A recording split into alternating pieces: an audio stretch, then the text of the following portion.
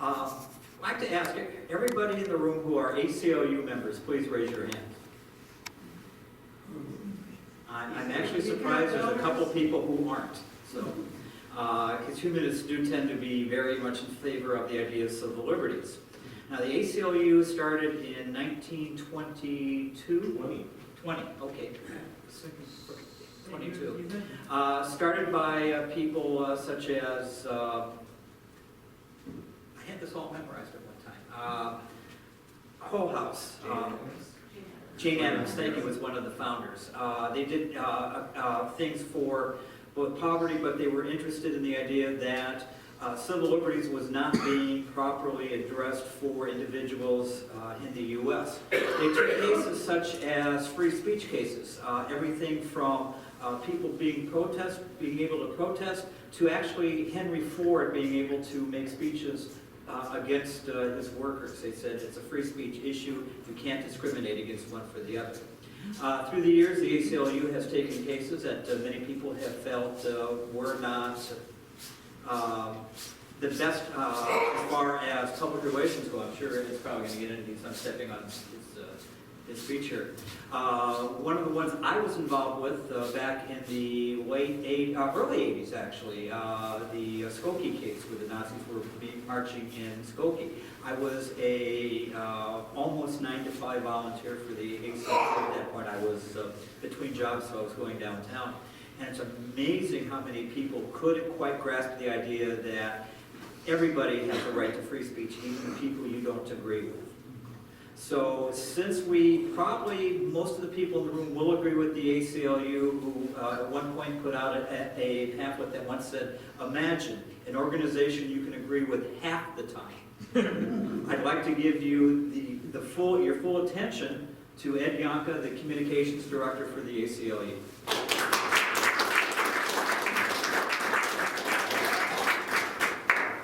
Well, thank you very much, Howard, and it's a pleasure to be here.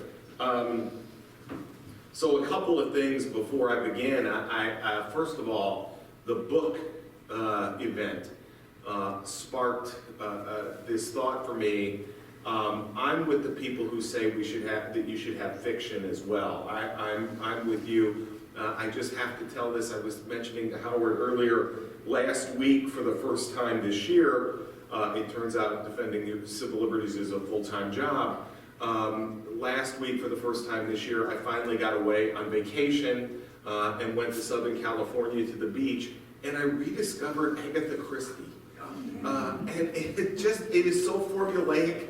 It's just a great pool book. These are great pool books, though. And the bookstore in Coronado where we go had this long line of them, and I think I read them all in the 7 days that we were there. I'm also reminded today that this is kind of a unique moment when we gather. You know, I'm sure, I'm not telling any of you anything, of course, that, early this morning in Washington, D.C., a committee opened a public hearing for only the 4th time in our nation's history on the impeachment of a president. And it is a moment that I think causes us, or causes many of us, to think about the Constitution and its ramifications.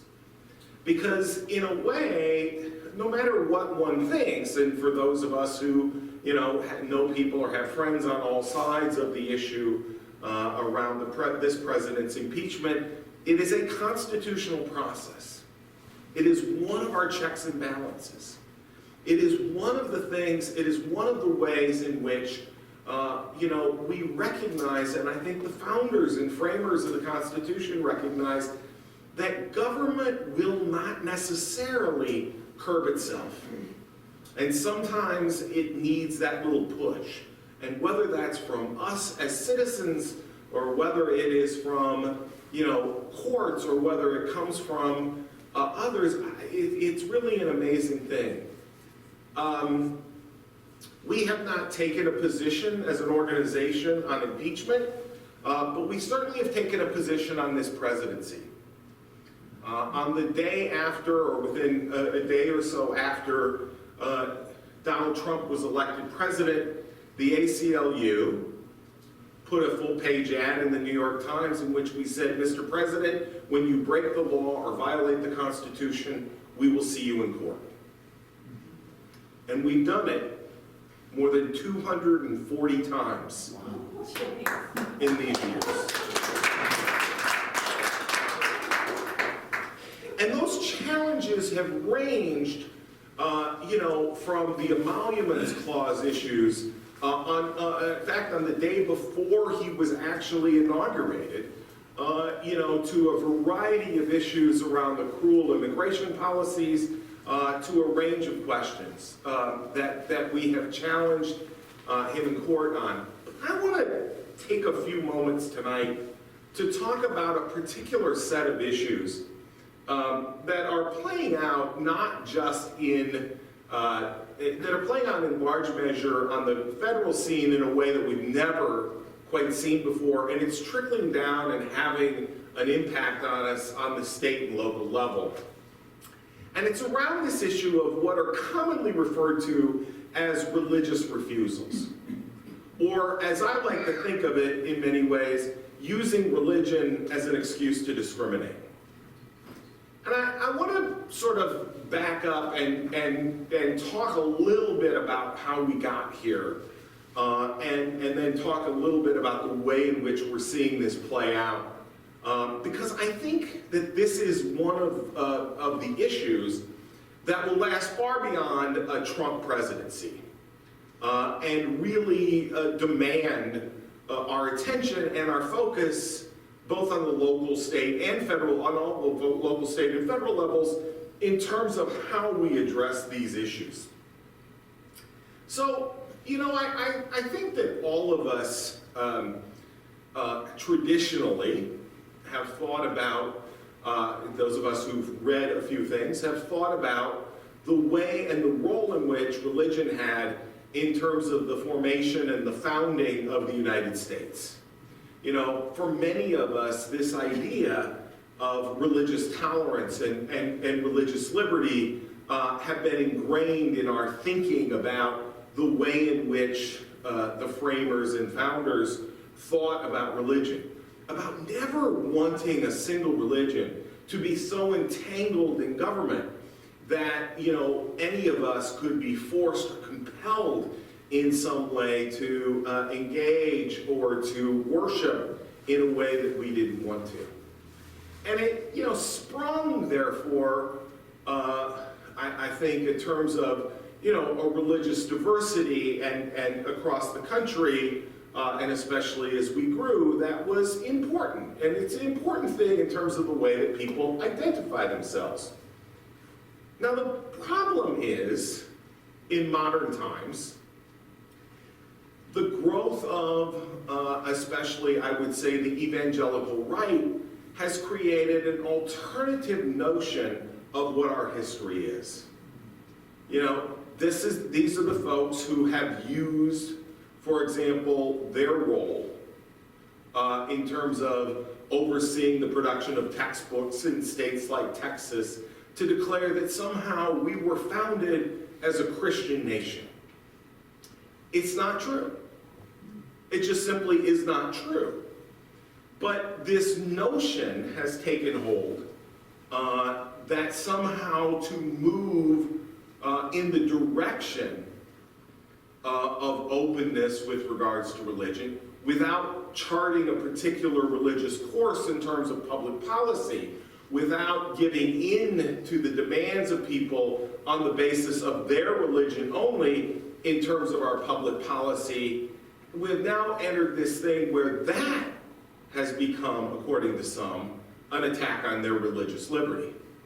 That when we adopt public policies with which someone might disagree as a matter of their faith, that somehow we can't have that public policy because it offends them. And it really has twisted, in many ways, this notion that we used to think of, that when it came to faith, there was belief and there was behavior, right? You could believe anything. You could believe whatever you wanted. You could worship, practice, gather with others in any way that you saw as appropriate in terms of your faith, but what you couldn't do is act and enforce that faith on others. That's where we drew the line. That's where we said there couldn't be, or there should not be, any crossing of that line. And as I say, instead what we've come to see is this notion somehow that people can act their faith in the world, even in the face of discriminating or acting against others, and to suggest that they can't do it is an attack, they say, on their religious liberty, and something that they are finding more comfort, particularly in this administration, but also in other settings, in other states, and other courts, in terms of these arguments that they should be able to do that. And I want to do this a little backwards, simply because, just anecdotally, you see the absurd ends to which this argument goes. So a couple of years ago, the Illinois General Assembly was considering a measure. This is fairly simple, although there's a little bit of a longer backstory to it. But essentially, the bill, which was passed and signed into law, for a spoiler alert, would allow someone who was transgender and born in Illinois to change the marker on their birth certificate with the affidavit of a doctor or therapist saying that they were living in that gender on a full-time basis and therefore should be able to change that marker. And they did not have to demonstrate that they had undergone any surgery, let alone some particular type of surgery that was prescribed by law.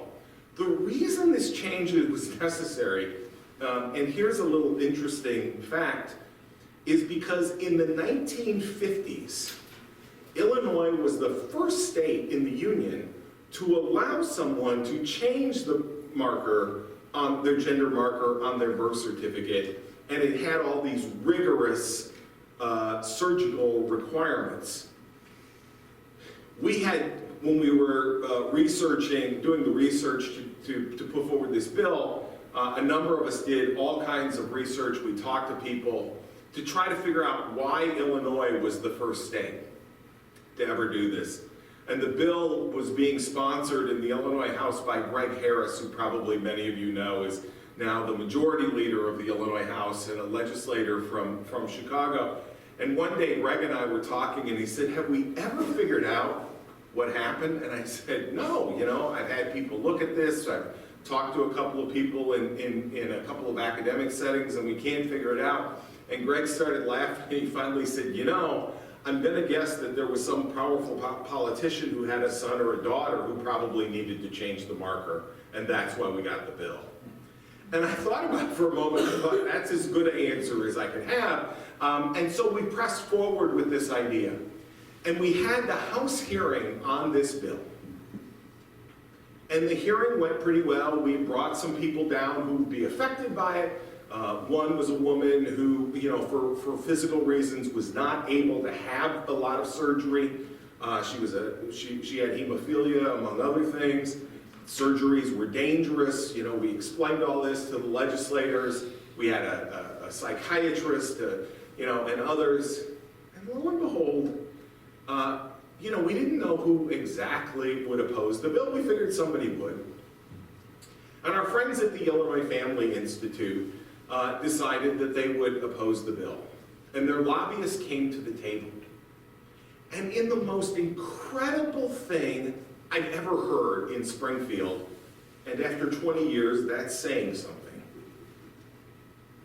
The lobbyists for the Family Institute argued that it would offend his religious liberty, as an example, if someone who was transgender changed their birth certificate marker, and then he had to accept it as part of an employment application. That the simple acceptance of that document because he didn't recognize their transition in his faith means that we shouldn't change this policy. It didn't go anywhere. It didn't make any difference in the votes. And as I say, the bill passed and Governor Roberts signed it into law. But it showed for me in this, I remember it was very kind of clear thinking about the degree to which this argument now extends. That even changing your own birth certificate has to be cleared by someone else because of their religious beliefs.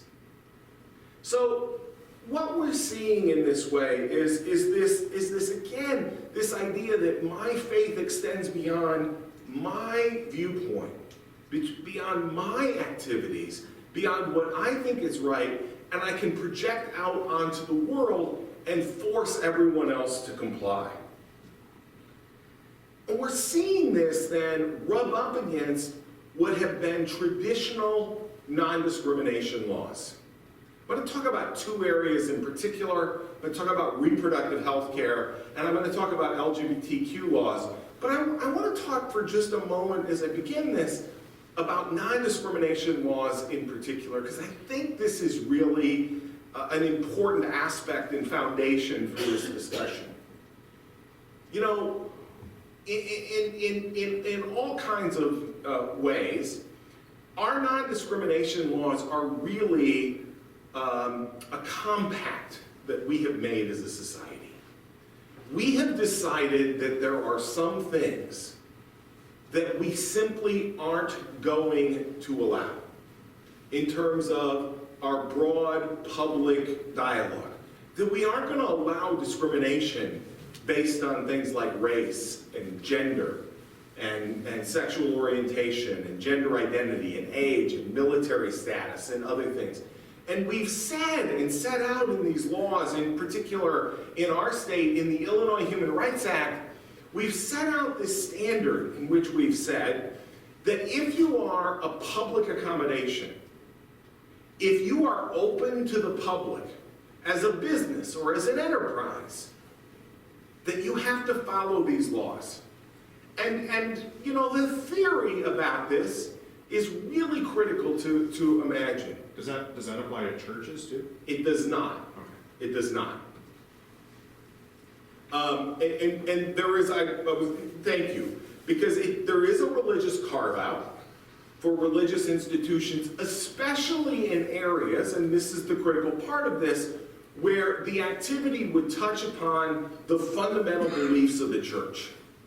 So in other words, in employment, and this, you know, in employment, you know, a church would not necessarily need, or would it be important that, and I'm just picking this as an example, but the church's janitor doesn't have to be celibate.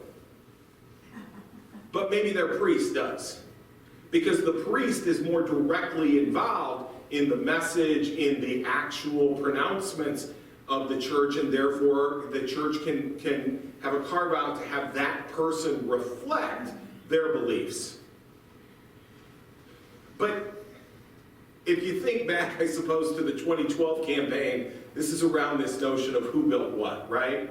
But here's the thing. As a society, we do all kinds of things for public accommodations, things like a business or a hotel or other things. We build roads. We create, you know, we create access ways. We create water that runs through those things. As a community, we do all those things collectively. And so we make a bargain with these businesses and we say, we will provide all of these things to you. You will get them. There are costs to them. There are things that all of us pay. But beyond that, there are some rules of the road that you have to follow in terms of, you know, things like these basic accommodations and these basic respect in terms of not discriminating against people. Well, then how do Catholic hospitals get I'm going to get there. Thank you. I promise you I will get there. Because that's a concern. And it's a growing and greater concern than ever before. So we've made this essential deal, as I said, about this. And then there are these two areas where there are these efforts to attack. And the other part of this, I should say, is, of course, we always say that if you're using public funds, you have to play by these same rules. So those are essentially the two areas where we declare this. And now we see the pushback and the attacks in these areas on the basis of, again, attacks on LGBTQ rights and attacks on reproductive health care and reproductive freedom. So let me talk a little bit first about the issues of attacks on LGBTQ. And I think the most famous of these, in many ways, is thinking about the Masterpiece Cake Shop case that all of you can remember from, many of you remember from the Supreme Court of the United States a few years ago. Quickly, there was a couple in Colorado after marriage equality was adopted in Colorado who decided to get married. The couple goes to a local cake maker whom they had gone and done business with before. They take one of their mothers with them because apparently you take your mom along when you're selecting a cake. I wasn't aware of this thing, but this is apparently what you do. And so they go to pick out the cake, and the cake maker says, well, I can't make your cake for a gay wedding. And the couple is ashamed, it's embarrassing in front of mom, and they go away. And ultimately they decide and they file a charge of discrimination against the cake maker. And the cake maker makes the argument that his cakes are not simply a service, but they are an artistic expression of his religious faith. And therefore, it is offensive to that religious expression of his faith, or that artistic expression of his faith, for his cake to be used in a ceremony that he cannot support. The Colorado Human Rights Commission rejects this argument and says, you're a public accommodation. You take everybody who comes in the door, so you take everybody who comes in the door. The Colorado Supreme Court confirms the finding of the commission, and he takes this case, the cake maker does, to the Supreme Court of the United States. And here a funny thing happens. They introduce into the argument that a member of the Colorado Commission had made a comment about this person's faith on the day of the hearing before the full commission. The individual had made some remark about the nature of the religious belief and whether it was profoundly held, and in fact made some disparaging remarks about this religion. And Justice Kennedy writes an opinion in which they send the case back to the Colorado Commission, and Justice Kennedy says, we just can't have this kind of attack on religious beliefs. We can't, the commission has to show it's non-biased in any way about religion in order to do that. This one comment by one person on one day is deemed to be an attack on this religious liberty, biased, and therefore the case has to go back. The commission, by the way, has ruled once again that it's still a violation, and it, has gone forward. I'm going to digress for just a moment, but this is one of these things that still makes my skin crawl, and so I just have to add it. The Supreme Court of the United States, 1 week after that decision, issued a finding in the president's Muslim ban, in which the Chief Justice of the United States said that the president's repeated and regular comments against Muslims in tweets and in speeches, quote, didn't really affect his thinking about this case. One comment on one day, a year's worth of attacks,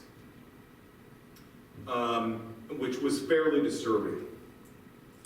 And so, what we've seen is in cake makers and floral shops and others, these attempts to carve out, to say, I'm a public accommodation and I will serve anybody except for those people who are gay because I don't want to see them get married.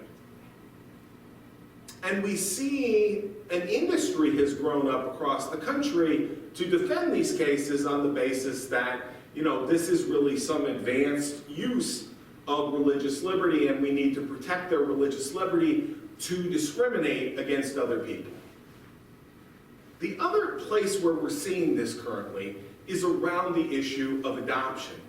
This seems odd that we're still fighting this, but you may know that the Trump administration, most just recently, has issued a rule in which they would allow federal funds to flow to adoption agencies, public money, your money and mine, that would discriminate in placing children and not place them in the homes of loving gay and lesbian couples. The idea being, of course, that only a child in some religious view is advanced by this policy, that a child can only be raised in a family with a mother and father, and that they cannot or would not fare as well in a family that was headed up by a gay couple or a lesbian couple. I will just tell you, my son was raised in a loving home with a mother and a father, and I think he would opt for the gay couple if he had a chance. But there is this notion that they claim this right to discriminate, and the federal government is backing them up. You know, we fought this issue years ago in Illinois.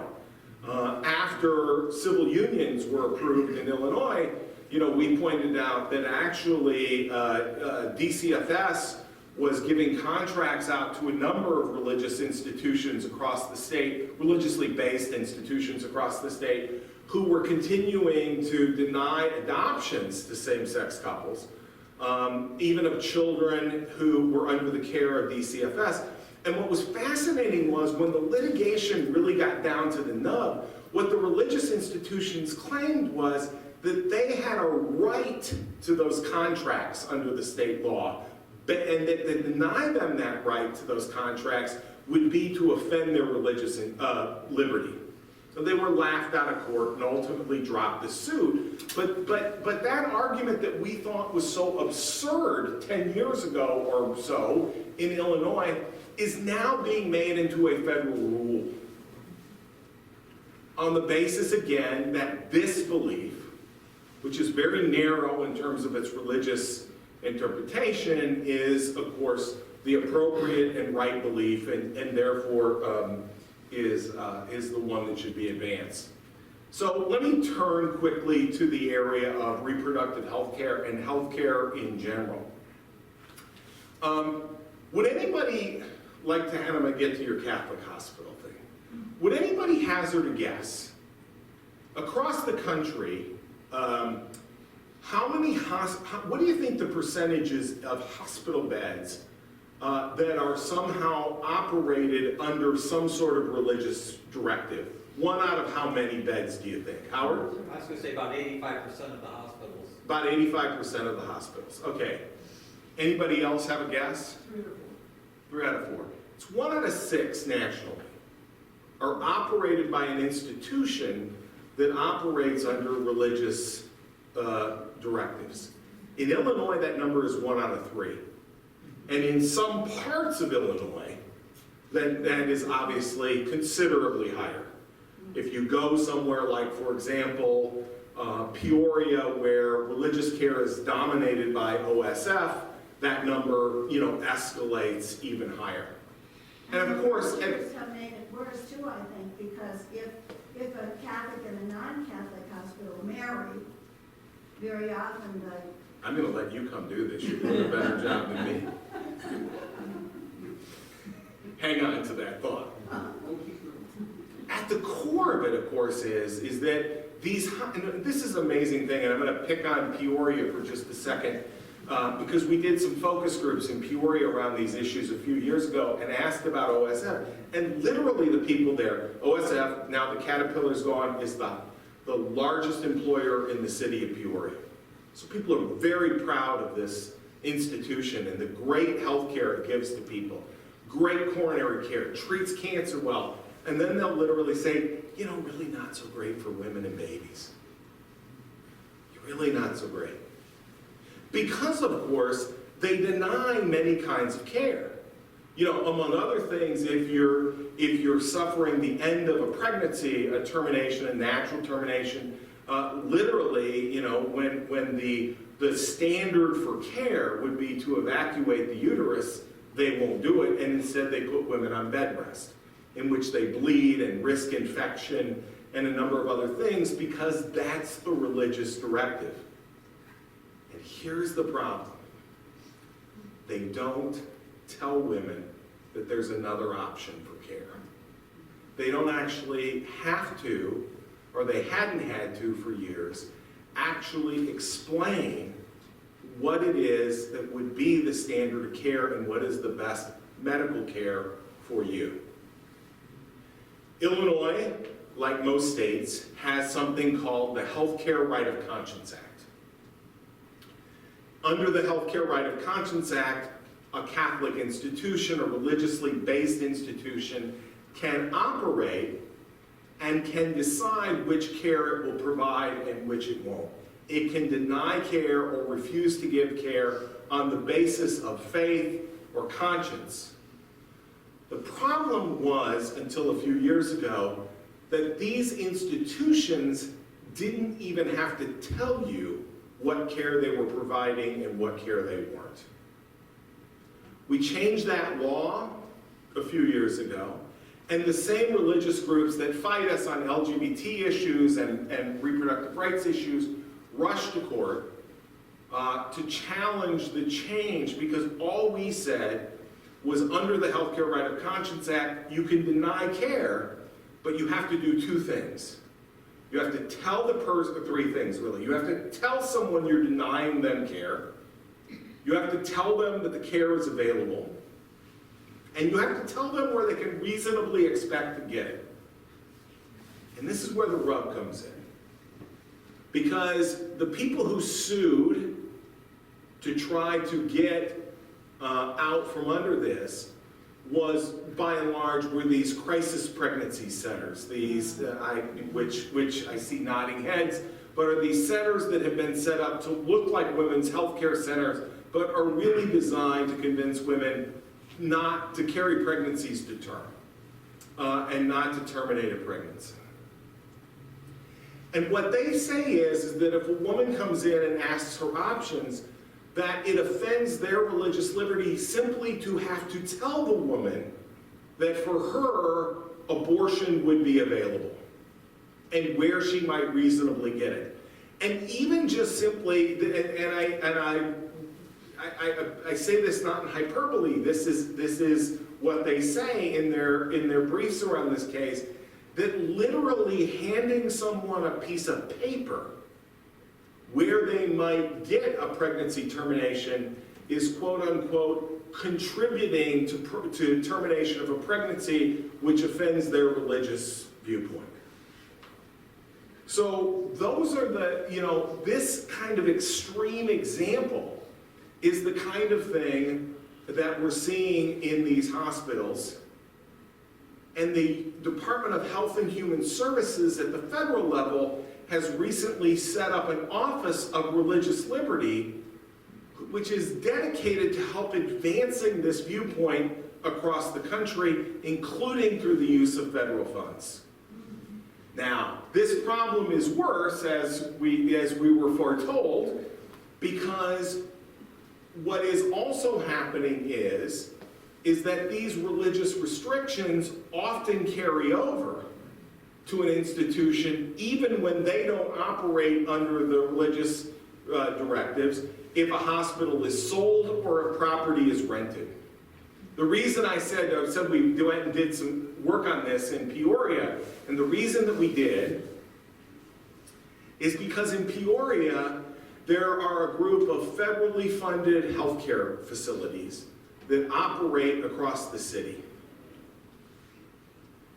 And those, when they started up, they actually rented space from OSF because OSF was leaving these clinics in some of Peoria's lowest income neighborhoods.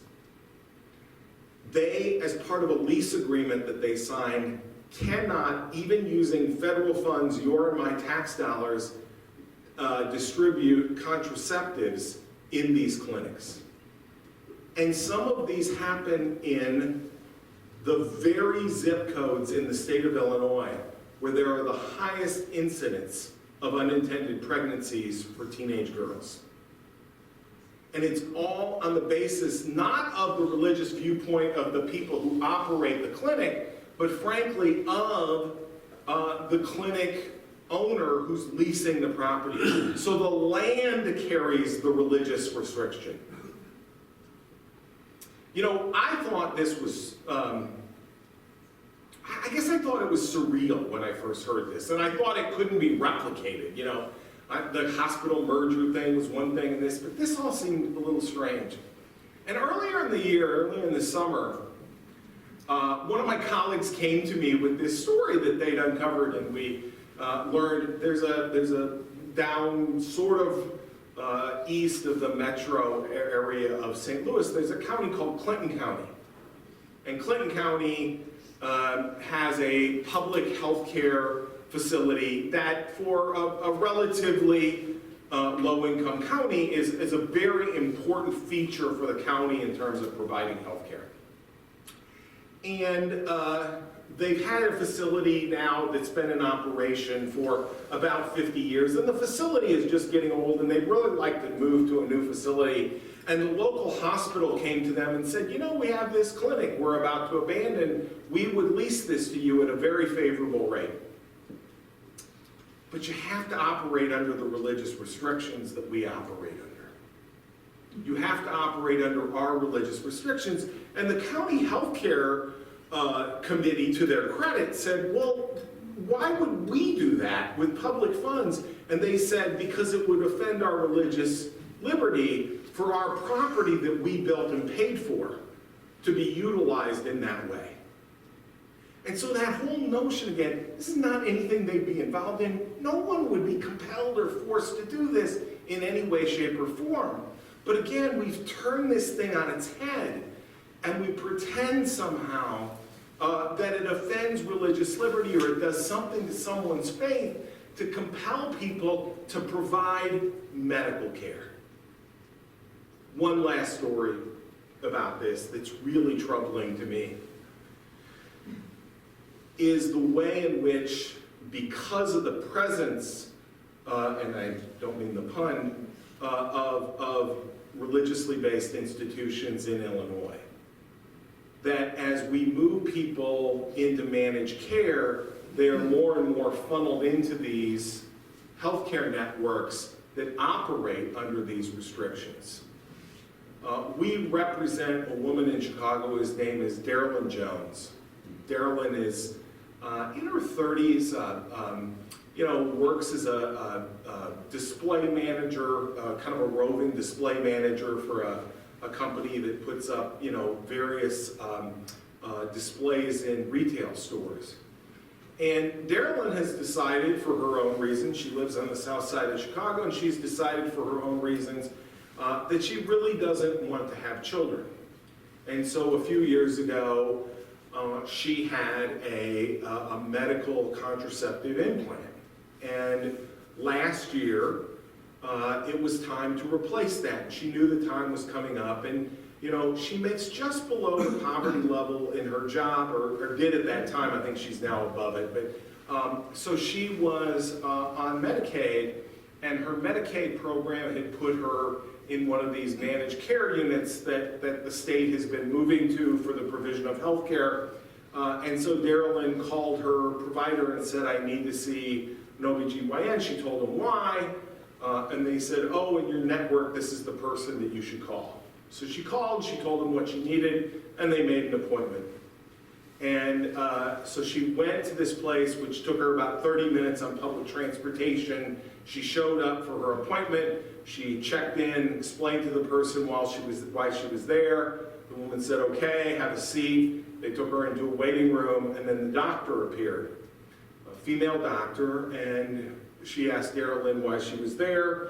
Darylyn said, well, I'm here to get my implant replaced. And she said, well, why would you do that? And she said, well, I don't want to have children. And she revealed, among other things, that she'd had a pregnancy terminated. And the physician then told her, that they wouldn't do that there because they objected to it religiously, and then lectured Daryl Lynn for 15 minutes about how every woman should want to become a mother. This is through Medicaid.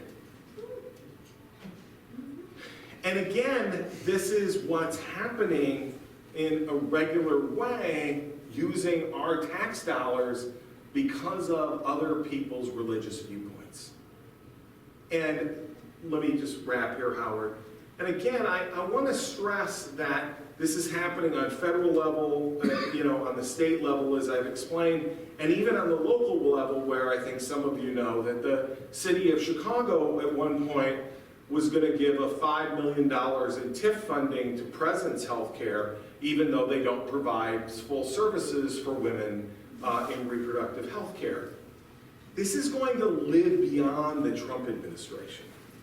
And it really demands, I think, that when it comes to these issues for our state, for our local officials, that we're forcing them to ask these questions before they extend medical care through these groups, or before they support changes to move people into these kinds of MCOs.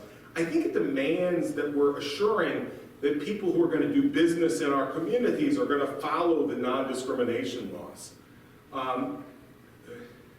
This is, there's a wide variety of belief in our country, certainly in our state, in our area.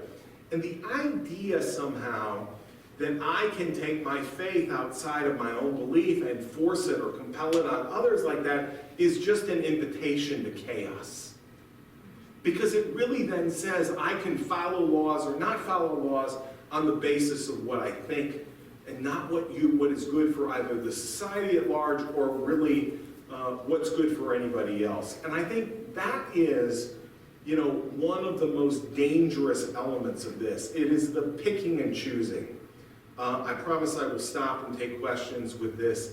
This is not new. We have seen these same efforts in terms of trying to stop the advancement of women's rights, in trying to stop equal pay.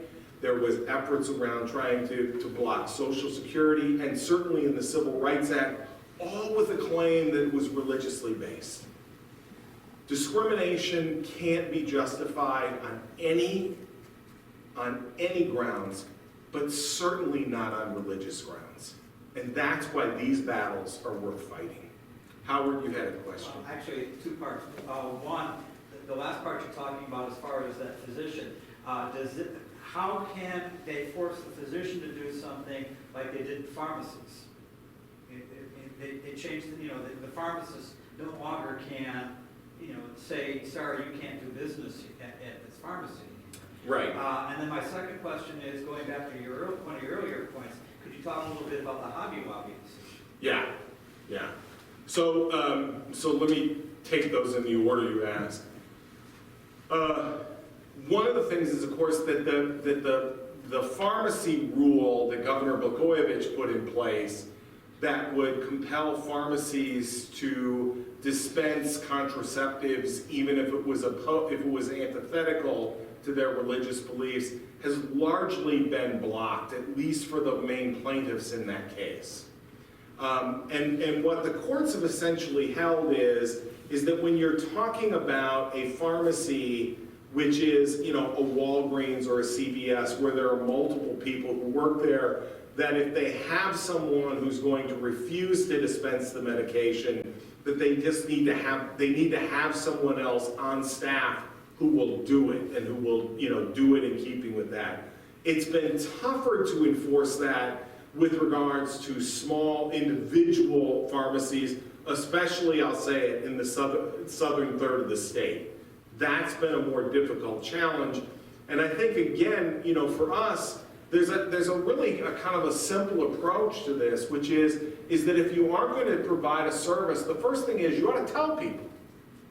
People ought to know what you do and what you don't. We can make our decisions once we know that information, but we ought to know. And the second thing is there ought to be a process for referral. I mean, we had information in our law, but I think referral may actually be the better way to go. Because I think that's something that really is necessary, especially in the world we live in now, where healthcare is often incredibly important.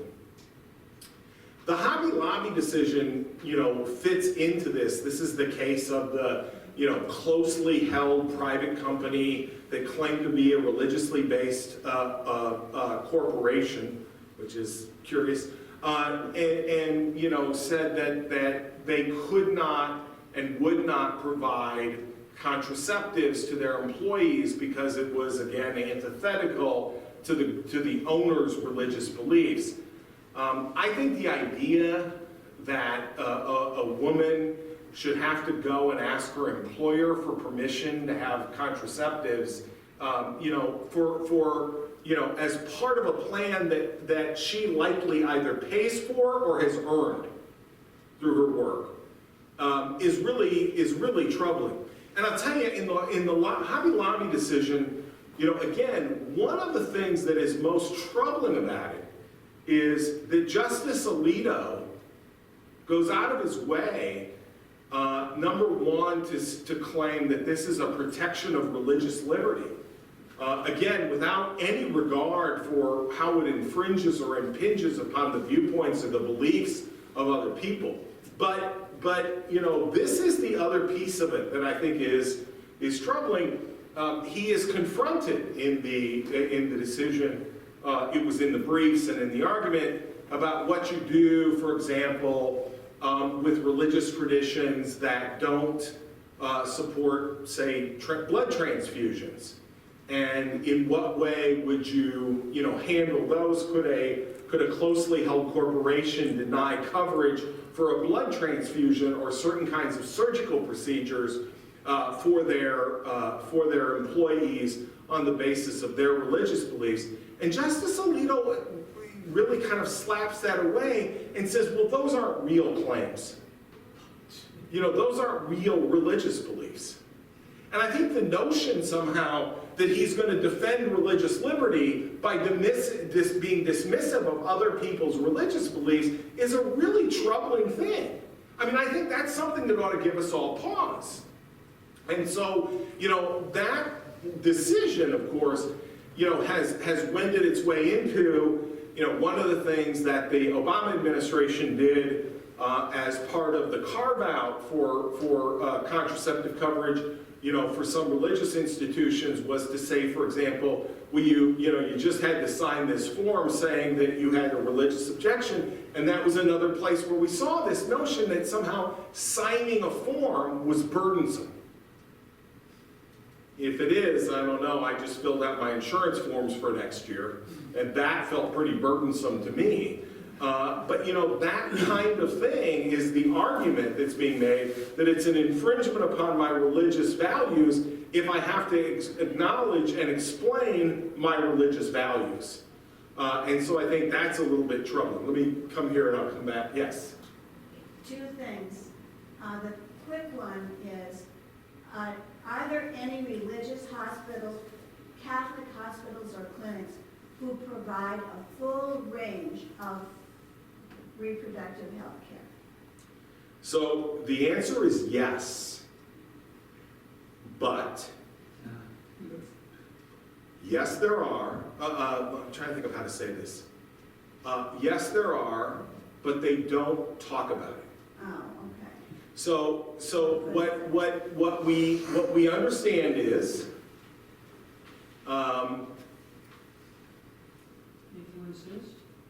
no, it's not quite that. There are workarounds that doctors and clinicians develop in some hospitals that the administrators encourage. There are code words that are used. And it's not just I think the classic one is, the contraceptive where somebody says, so, how's the acne? It's not quite that. It's a little more sophisticated. It's not quite as blunt and brutal as that. But there are workarounds, so they're providing a full range of service. But they're not announcing it to anybody. And the other part, the other thing that we hear a lot in some institutions is that when someone comes in, for example, in need of a termination, they are very quickly taken aside and explained where they should get to and get there soon. And sometimes there's even an ambulance that's provided for them. So it's not done in a way that's overt, but there are places that work around it. Now, unfortunately, it's not enough. And there are lots more places where, women are just not given that care and sort of shunted aside. And I think that's where the real danger comes in. Yeah, so it is a dogmatic thing from on high. Yes, Yeah. exactly. There's something it's interesting, things I didn't know until 10 years ago. There's actually a set of ethical and religious directives on the provision of health care that is adopted by the Catholic bishops, altered by the Catholic bishops, not by any medical folks, by the bishops themselves. They're written and put forward by them, and those provisions are the ones under which Catholic hospitals operate. You had a question? Can I have my second one? Yes. Thank you. I mean, you've stolen half my speech, so sure. Female circumcision and clitorectomy. Now, this is the other way around, where I would feel that this should be outlawed on medical Right, grounds. right. What is? So that is it's interesting, female genital mutilation has been outlawed in many places, often with the express support of the very same people who demand these other religious carve-outs for their medical care. So they want to dictate the medical care, which some people, and I don't count myself among them, say is part of a religious practice or belief. They want to ban that. It's been banned in most places. Most people have supported that. But the very same people who often call out for that in the most direct way are the people who, on the other hand, don't want to provide medical care for women in other ways. Yes? That's a great segue to my question. Thank you, Stephanie. My question is, a lot of times it seems that when courts, even the high court, talks about religion, they are implicitly, exclusively referring to Christianity. Yes. Right? So Yes. anytime they say, religious this, religious that, it's not really about religion as a category of belief.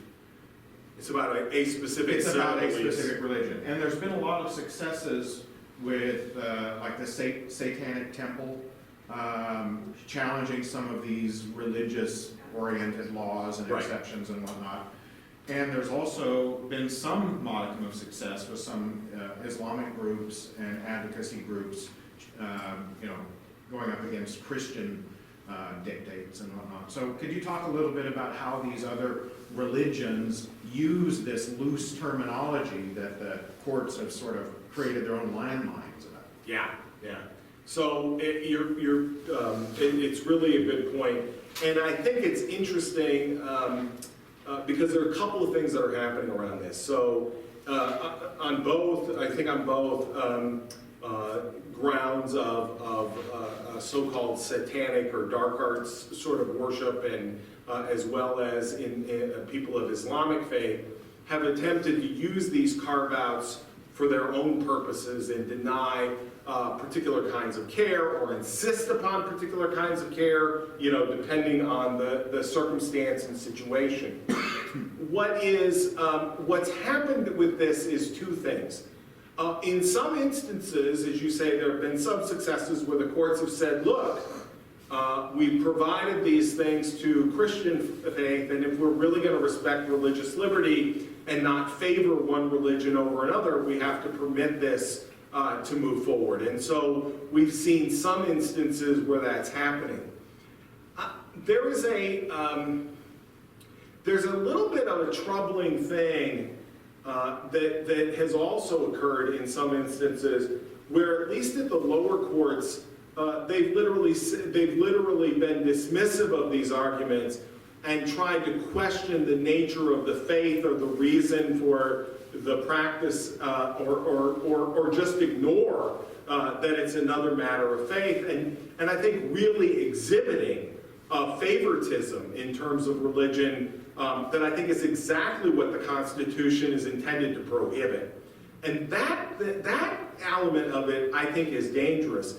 And also, if I can just take off my ACLU hat for just a moment, I think when you hear the President and Senator McConnell talk about all the judges that they have put on federal courts across the country, I think it is especially concerning that many of those judges and et cetera hold many of these very strong biased views about religion and about which faith should be accorded these kinds of protections and who should not be. And I think that is an aspect of this that we need to worry about going forward. I am convinced, for example, as we look across the landscape in Illinois, that we're going to move on these issues more regularly by moving stuff in the General Assembly than we are in the federal courts. And I think that's another element of this, that where you could see some progress in some places. I don't know, man. I don't know that I'd want to take my chances with one of those cases with this Supreme Court. I mean, this is a Supreme Court, remember, that not so long ago, literally to get to a decision on a public cross. The Blandensburg Court, that was our case. Yeah, argued that the cross was not a religious symbol. It was historical. Yeah, it's historical. And so, that's why, I completely take your point. I'm not pushing back on that. I think there has been some success. I worry about that trend in this environment. That's one of the things I'm concerned about, at least. The American Humanists Association has been active on another level as when the state goes, what is and what isn't a religion when it comes to the Church of the Flying Spaghetti Monster. Yeah. And the Pastafarians. Yes. Because many states, we've taken these DMV to court because they'll say you can't wear your holy headgear, a spaghetti strainer. And we'll say, who are you to say what is or what isn't a religion? And right. I don't think we've lost one of those cases yet. Not so far. And I think as long as people just want to wear colanders at the DMV, I think we're going to be okay. I think when you really attack things like their provision of medical care, or some of these other things, or employment, etc., I worry where that may go in the future again. And it's just, I don't mean to be depressive. I'm concerned about the drift of the courts in these areas. I think that the Hobby Lobby really does augur something that I think is really precarious going forward. Yeah, what if people encourage women to consider all of their choices? It's funny, I don't know. I think most women do consider all of their choices. I think that's the reality for most women who find themselves with any medical circumstance, let alone a pregnancy, that they consider all options. The truth is that many women are happy and thoughtful about, carrying a pregnancy to term. It's just that they don't want to, they don't want to get to a position where they're forced to do something by anybody else. And this is a moment where, you'll forgive me, but since it took up most of my spring, I'm happy to point out that Illinois this year, for the first time, passed the Reproductive Health Act, which enshrines into Illinois law the fundamental right to make every decision about pregnancy, to determine to carry a pregnancy to term, or terminate it, or how to deliver the child, are all decisions which the state of Illinois now says are in the hands of the parent and not in the hands of the government. And I think it's a really important thing. There were a lot of lawmakers who stepped up and took those votes in a courageous way. I want to thank the legislators of Georgia, Alabama, and Mississippi for creating an environment in which Illinois lawmakers thought they ought to do something, because it helped. But it really did move and advance the thing forward. But it's a very important thing, and I think in this era with this administration in Washington, I think it's really critical to think about how at the state and local level we enshrine and protect as many rights as we can. One of the things we forget about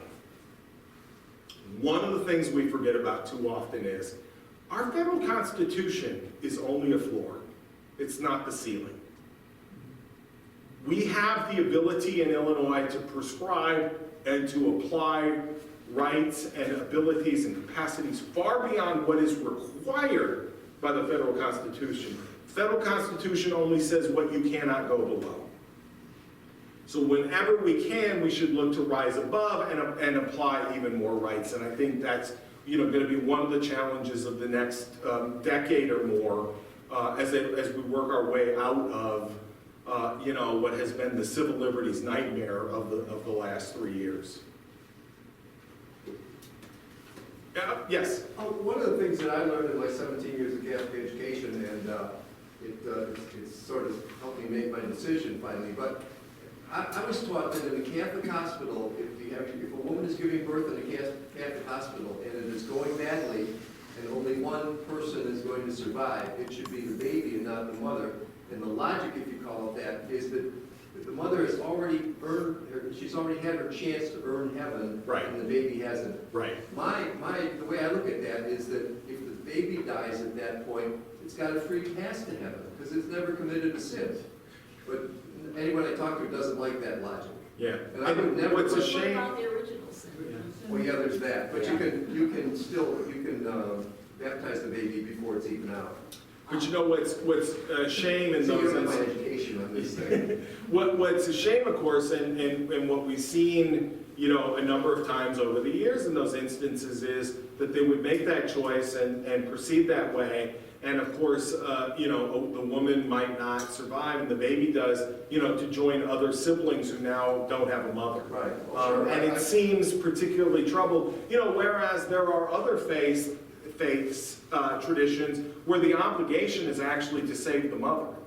And the idea that one is right and one is wrong is, on the basis of some sort of known knowledge is something I think is really scary, and the idea that you can project that in places is really a frightening thing. Then there's the Indiana miscarriage law. Right, Oh, no. right. What is that? What is that? And buried. You have to have a funeral For the, Wasn't that overturned or No. by the courts? it's been stayed. Yeah. But it hasn't been overturned. It has not been overturned, it's been stayed, it's not enforced. Yeah. You had some? Oh, are there any religions that demand that males get vasectomies? There are not that I know of. Start one. Yeah. Yeah, the sponsor of the Reproductive Health Act in the Illinois House is a lawmaker from Chicago, Kelly Cassidy, who is just one of the fiercest and bravest legislators that we have. She's also quite a piece of work. And Kelly used to tell me that once we got this, she was going to get the mandatory vasectomies, and she was coming after me. I just thought that was a little personal, and but yes, and so we haven't done that. She once did actually mess around with the idea that if ultrasounds before vasectomies and forced mandatory lectures and et cetera, and somehow we don't do that. Yeah. Yes. I have had the experience with Catholic hospitals that were quite positive. My doctors have informed me on the occasion when it was necessary to have a procedure that they could not do it in the Catholic hospital, but gave me alternatives. And this has happened more than once. Right now, I am among my medical experience is with the Loyola series of hospitals. And I was told immediately from my Catholic doctor that end-of-life procedure would not be honored even if I had an end-of-life. Right, But I was also told how I could circumvent that and get there. Yes, are you Yeah. comfortable with that in view of the series that you have explained? You know, and this is what I was sort of alluding to in the answer to the earlier question, that there are both particular hospitals, networks of care, particular doctors within those who have figured out the ways to circumvent this. I'm happy that it happens. I think it's good that it does. But I worry that it's not widespread enough, and I worry about who gets denied care. I will tell you that one of the things I worry about is that I think too often that then depends on where your zip code is. So if you live in one part of the state of Illinois, for example, you're much more likely to find a Catholic hospital and Catholic caregivers who will provide that information to you, who will give you those warnings up front, and who will respect you in that way, as you might say if you found yourself in central Illinois where I grew up. And that worries me a little bit. But I don't know what I think the answers to these are going to come very hard, and it's going to be a long time to kind of pull this back into some other kind of balance. Yes? Is there anything being done, particularly in the rural areas, about the pharmacists who refuse full service? Because if you get a whole collection of pharmacists in an area, people are going to be driving 50 miles with their prescriptions. Right. And that is very concerning. Yeah, it's been difficult to do. Part of it is the economics of it. I will tell you that pharmacies by mail help in those instances oftentimes. That has become a solution for many people on an individual basis. But that's really being able to work with a doctor and with somebody else and a health insurance provider who can help with that. But it's been difficult. Yeah, that's probably the biggest concern is that rural areas are getting less and less medical services overall. Right. And to have that extra confounding factor is... Yeah, so you're right. These combinations of these groups, some oftentimes take out a hospital somewhere. You're right, you already do have to drive 30 or 40 miles to get care, and then once you do, you may be confronted by these problems. It's a very real problem across rural parts of the entire country, not just here in Illinois. Okay? All right, well, I was just going to say that we usually wrap up about 1:45. So Okay. if you wanted to take one more question. I'll take one more question. Is female genital cutting illegal? It is in Illinois. I know that. Yes. What about us? You don't know. I don't know. There was a spate of these laws across the country a few years ago. I just don't remember how many states actually passed them. It'd be interesting to see what Michigan does because of their large Muslim population. Yeah, exactly. Yeah. All right, thank you so much. Thank you very much.